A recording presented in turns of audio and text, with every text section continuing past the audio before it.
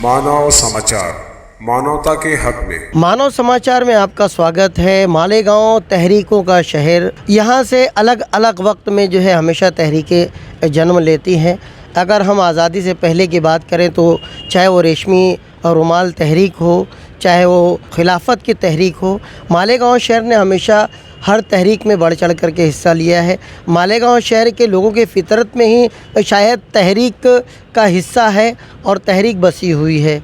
आज़ादी के बाद भी मुख्तलिफ़ तहरीकें जब चली तो मालेगांव शहर ने हमेशा जो है उन तहरीकों में बढ़ चढ़ कर हिस्सा लिया है। अगर मौजूदा दौर की बात करें तो चाहे ट्रिपल तलाक़ की बात हो, चाहे जो है शरीयत में मदाखलत की बात हो, और चाहे फिर सीए को लेकर के जो है तहरीक हो, मालेगांव शहर ने हमेशा जो है हर तरह की तहरीक में हिस्सा लिया है। अगर हम मकामी सियासत की बात करें तो मकामी सियासत में भी हमेशा अलग अलग तहरीकों के ज़रिए अलग अलग सियासी लीडरान जो है हमेशा आवाम के सामने आते रहे हैं।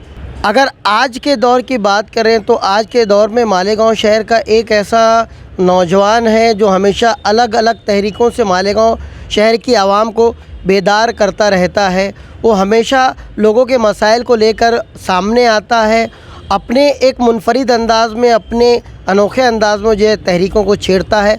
अब उन तहरीकों का आवाम के ऊपर, लोगों के ऊपर, सियासतदानों के ऊपर कितना असर होता है, वो तहरीकें कितनी असरअंदाज होती हैं, वो एक अलग बात। मगर ये नौजवान जो है वो हमेशा अपने तरफ से जो है अलग अलग तहरीकों के ज़रिए लोगों को बेदार करता है, सियासी लोगों को बेदार करता है, इंतज़ामिया को बेदार करता है, और जो रोल उस शख्स को निभाना है वो हमेशा वो रोल निभाता रहता है। मैं बात कर रहा हूँ रिजवान बेटरीवाला की। आज मेरे साथ यहाँ पर मौजूद है। आज हम रिजवान बेटरीवाला से मिलने के लिए आए हैं और उनसे जो है मालेगांव शहर के मौजूदा हालात पर हम चर्चा करने वाले हैं। रिजवान बेटरीवाला साहब, सबसे पहले तो आपका मानव समाचार में स्वागत है। जनाब, ये जो मालेगांव शहर आज जिस स्थिति में चल रहा है, जिस तरह के हालात मालेगांव शहर में चल रहे हैं कि हर तरफ जो है कचरे का अंबार हो, चाहे गटर का मामला हो, चाहे सड़कों का मामला हो, जल भराव का मामला हो, अगर कुसुम्बर रोड की बात करें, अगर हम बात करें आगरा रोड की, तो हर जगह जो है एक तरह की अफरा तफरी मची हुई है। हर जगह जो है वो सैलाबी कैफियत मची हुई है, जल भराव है, लोगों को परेशानियां हैं, कोई गिर रहा है, कोई पड़ रहा है, किसी को अस्पताल ले जाया जा रहा है। ऐसे में जो है आप एक बाशऊर मालेगांव शहर के शहरी होने के नाते आप क्या सोचते हो, आपका इस बारे में क्या कहना है? सर, मैं सबसे पहले मानव समाचार का शुक्रिया अदा करना चाहूँगा जो आवाम की तकलीफ़ों को और आवाम के मसाइल का हल किस तरीके से निकले उसके लिए एक जद्दोजहद कर रहे हैं। सर, मालेगांव शहर की सूरत हाल ये है कि बड़ी अफसोस की बात है, पीछे दिनों आपने देखा कि महाराष्ट्र के कोकन पट्टे के इलाकों में जो तबाही बर्बादी कुदरती तौर से आई, अभी कुछ दिनों पहले, 2-4 दिन पहले नासिक ज़िला, औरंगाबाद ज़िला के अंदर भी बारिश की वजह से कुछ इलाकों में नुकसानात हुए। खैर, ये कुदरत का मामला है, हम सिवाय उस पर अफसोस जाहिर करने के और कुछ भी नहीं कर सकते। सर, मालेगांव शहर की आपने बात की है, चूँकि मालेगांव शहर सर एक महानगर पालिका का शहर है और इस महानगर पालिका को सर मुकम्मल 20 साल हो चुका है और इस शहर का सालाना बजट सर 450 करोड़ रुपया बजट है। अब मालेगांव शहर की हालत क्या है वो आप लोगों से छुपी नहीं है। अब तो मुझे ऐसा लगने लग गया है सर कि मालेगांव शहर की सत्ताधारी सरकार और इनके साथ मदारी के तरह गुड़गुड़ी बजाने वाले अपोजिशन के लीडरान, ये सब की सब सर, मैं उन लोगों की बात कर रहा हूँ जिन्होंने आवाम जिन्हें चुन करके म्युनिसिपल कॉरपोरेशन हॉल में भेजा है, मैं उनकी बात कर रहा हूँ। मैं आम इंसान या किसी दूसरे लोगों की बात नहीं कर रहा हूँ। या मालेगांव शहर की आवाम जिसे चुन करके असम्बली हॉल में भेजा है, मैं उन लोगों की बात कर रहा हूँ सर, आप देख रहे हैं कि मालेगांव शहर की 75% कॉरपोरेशन को टैक्स अदा करने वाली 75% टैक्स अदा करने वाली आवाम और माइनॉरिटी अल्पसंख्याक के मुस्लिम लोग हैं। और सर अगर जो वार्ड में एक लाइट का पता नहीं है, बच्चे बच्चियों को कुत्ते काट रहे कहा जाता है, तो एक लाइट तक नहीं लगता इस महानगर पालिका की तरफ से।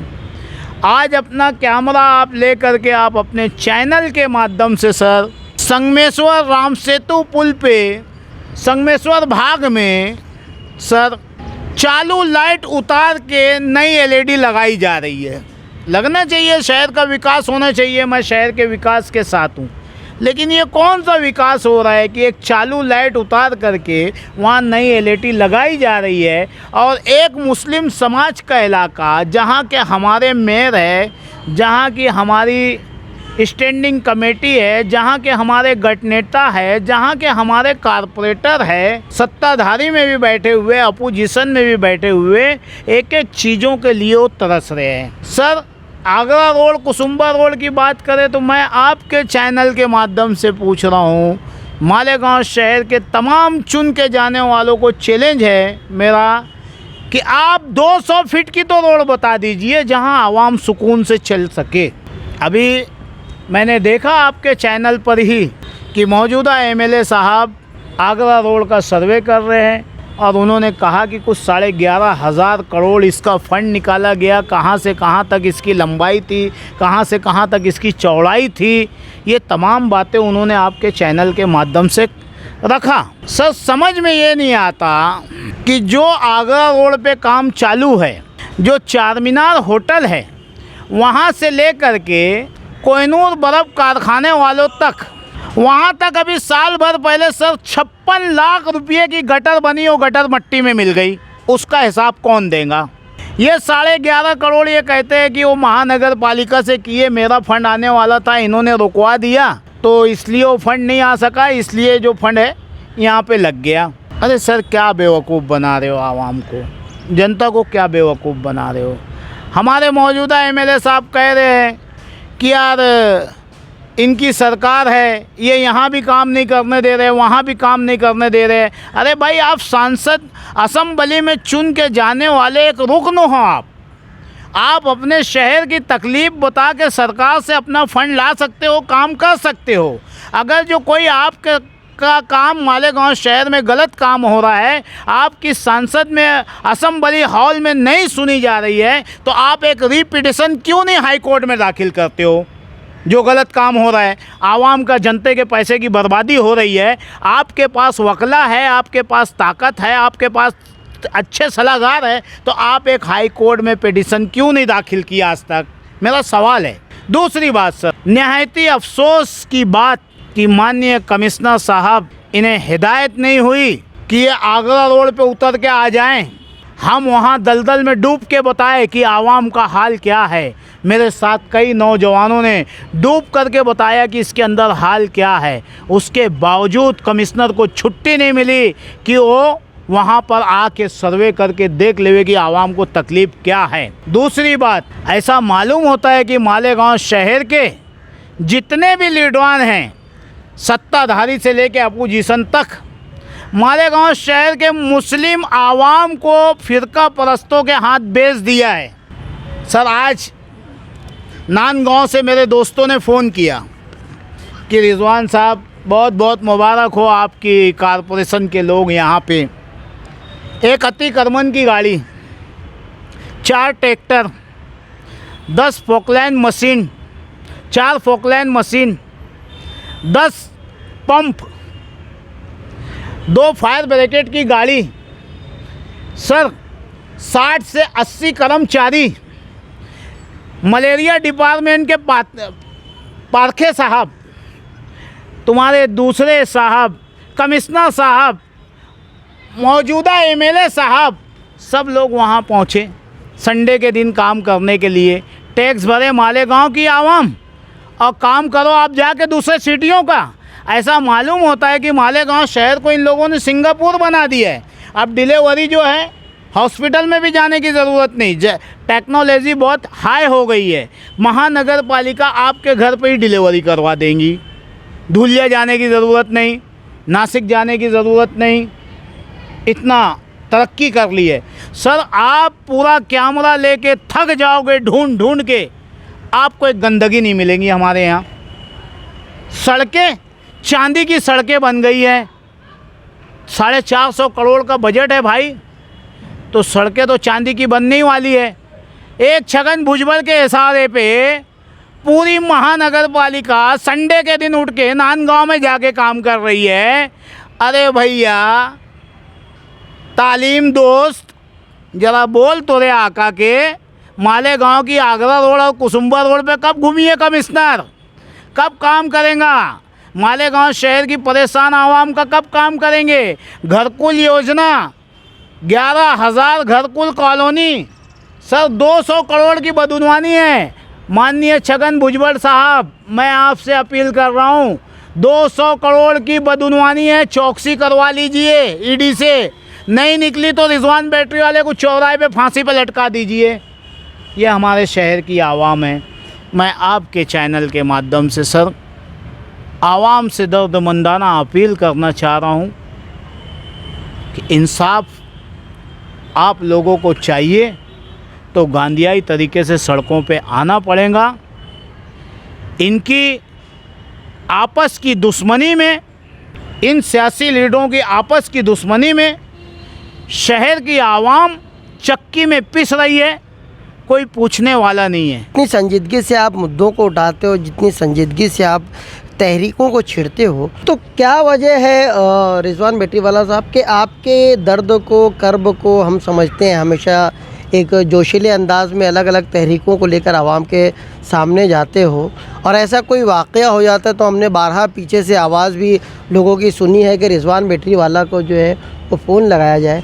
फिर ऐसा क्या होता है कि इलेक्शन के दिनों में जब बटन दबाने का वक्त आता है तब आवाम को रिजवान बैटरीवाला क्यों याद नहीं आता? कहाँ क्या कमी रह जाती है? कोई कोशिशों में क्या कमी रह जाती है? जितनी संजीदगी से लेना चाहिए लोग, उतनी संजीदगी से जो आपको नहीं ले रहे हैं या अपने जुड़े हुए मसाइल को नहीं ले रहे हैं। एक कर्ब, एक दर्द आपको भी तो होगा, एहसास तो होता ही होगा। यकीनन जो है एक आदमी जब इतना दिल से काम करता है किसी के लिए तो कहीं ना कहीं कुछ ऐसा मायूसी का एहसास होता है। क्या होता है? सर मैं सलाम करना चाहूँगा मेरे शहर की आवाम को, और सर जिंदाबाद मालेगांव शहर की आवाम, जिंदाबाद जिंदाबाद। जब तक रिजवान बैटरीवाला जिंदा है, जब तक मालेगांव शहर की आवाम जिंदाबाद। सर मेरा यकीन है कि मेरा अल्लाह जिस वक्त तो चाहेगा लोगों के दिलों को मोड़ देगा। और सर आप ही लोगों के चैनल थे जो हालिया दिनों 2-3 दिन पहले मेरा आंदोलन हुआ, शहर का आंदोलन जो हुआ, अल्लाह ने मेरे शहर की आवाम को जगा दिया। मालेगांव से लेके महाराष्ट्र के कोने कोने तक का फ़ोन आ रहा है। मालेगांव शहर के मज़दूर आवाम मेरा इस्तकबाल करने आ रही है। मैं फूल हार के बहुत खिलाफ हूँ। वो नौजवान मेरा फूलों से इस्तकबाल कर रहे हैं। मेरे शहर के उलमा मेरी इज़्ज़त कर रहे हैं। मेरे शहर के बाशऊर लोग इज़्ज़त कर रहे हैं। घरों में बैठी हुई मेरी माँ बहनें रो रो के फ़ोन करके मुझे दुआएं दे रही है कि रिजवान तुम्हारा एहसान है हमारे ऊपर। और रिजवान बैटरीवाला ऐसा मानता है कि जो 367 वोट मुझे शहर ने दिया है, मेरे शहर का एहसान है रिजवान बैटरीवाले के ऊपर। इंशाअल्लाह आने वाले वक्तों में सर, आने वाले कॉरपोरेशन इलेक्शन में हम हर वेल एजुकेटेड लोगों को मैदान में लाएंगे और मेरे शहर की आवाम इस बार बताएंगी कि ये शहर जिसे चाहता है तो दिल से चाहता है। तो क्या आपको ऐसा यकीन है कि इस बार भी जो है आवाम जो है वो पुरानी गलती को नहीं दोहराएगी और रिजवान बैटरीवाला को इस बार जो है कहीं ना कहीं से ताकत देगी? जाहिर सी बात है, आप अगर जिससे उम्मीद रखते हो, अगर उसके पास वो ताकत या वो पावर ही नहीं तो सिर्फ रोड पर मुजाहरा करने से तो कुछ होता नहीं है। जहाँ पर जा कर के लोगों के लिए लड़ना चाहिए उस जगह तक अगर रिजवान बैटरीवाला या रिजवान बैटरीवाला का नुमाइंदा नहीं पहुँचता तो रोड पर आप कितनी भी तहरीकें कर ले रिजवान भाई, तो वो तो सारा का सारा बेमानी है ना। जहाँ लोगों को पहुँचाना चाहिए आपको या आपके नुमाइंदों को, वहाँ तक तो पहुँचा नहीं रहे। सिर्फ फ़ोन पर कर देना, दुआएं दे देना, तसल्ली व तशफ़ी की बात कर देना, फुलहार कर देना, इससे तो आप जो है ठीक है खुश हो जाओगे, मगर पॉलिटिकल पावर तो आपको मिलने वाली नहीं ना। जहाँ पर आपकी बात असर करेगी वो मरहला तो आएगा ही नहीं ना, जब तक कि आपके लोगों को चुनकर नहीं दिया जाए। सर देखिए, ये हमें यकीन है, मुझे मेरे अल्लाह से यकीन है कि इंशाअल्लाह मेरे शहर की आवाम इस टाइम, मालेगांव शहर आपने ही कहा सर, रेशमी नुमाल को देश के अंदर अंग्रेज़ों के ख़िलाफ़ तूल पहुंचाने वाली तहरीक को ताकत यहीं से पहुंची है, मालेगांव शहर से। और मुझे बहुत उम्मीद है मेरी पर्दा नसीन माँ बहनों से, जिन्होंने कुछ सोच के किसी को वोट दिया। मुझे बहुत उम्मीद है मेरे इस शहर के एक लूम चलाने वाले से, एक रिक्शा चलाने वाले से, एक पढ़ा लिखा बाशऊर तबके से कि ये बेहतरीन क्वालिटी के इंसान हैं। और सर, कोई भी इंसान अपने बच्चों को सड़कों पे तल-तल करते हुए हर वक्त तो नहीं देख सकता। अगर जो शहर की आवाम इस नाचीज़ बंदे को खिदमत का मौका दी, तो सर मैं आपके चैनल के माध्यम से मेरे शहर की आवाम से मैं वादा कर रहा हूँ कि रिजवान बैटरी वाला मरे दम तक आप लोगों की नुमाइंदगी करेगा। और आपके हक़ को, मुझे आदत नहीं है भीख मांगने की, मुझे आदत है मेरा हक़ लड़ के लेने की, मैं लड़ के लूँगा। दूसरी बात सर, ये जो हॉल में बैठे हैं ना, आंदोलन इस मुल्क का ताना बाना है, इस मुल्क की रीढ़ की हड्डी है। गांधी ने अंग्रेज़ों को भगा दिया सर, तो ये तो भ्रष्टाचारी खाली लीडर है ना। आंदोलन सबको भगा देता है। आंदोलन का खून किया जा रहा है, जमहूरियत का खून किया जा रहा है। इंशाअल्लाह मुझे उम्मीद है कि इस बार मालेगांव शहर की आवाम, मैं आपसे सत्ता नहीं मांग रहा हूँ, मैं आपसे सत्ता नहीं मांग रहा हूँ कि मुझे सत्ता दो। मेरी कुछ बहनें कुछ भाई मुझे चुन के दे दो। हॉल के अंदर ये लोग कैसे बदउनवानी करते हैं ये शहर देखेगा इंशाअल्लाह। और अब की बार वोटें देंगे सर, लोग चुन के देंगे इंशाअल्लाह।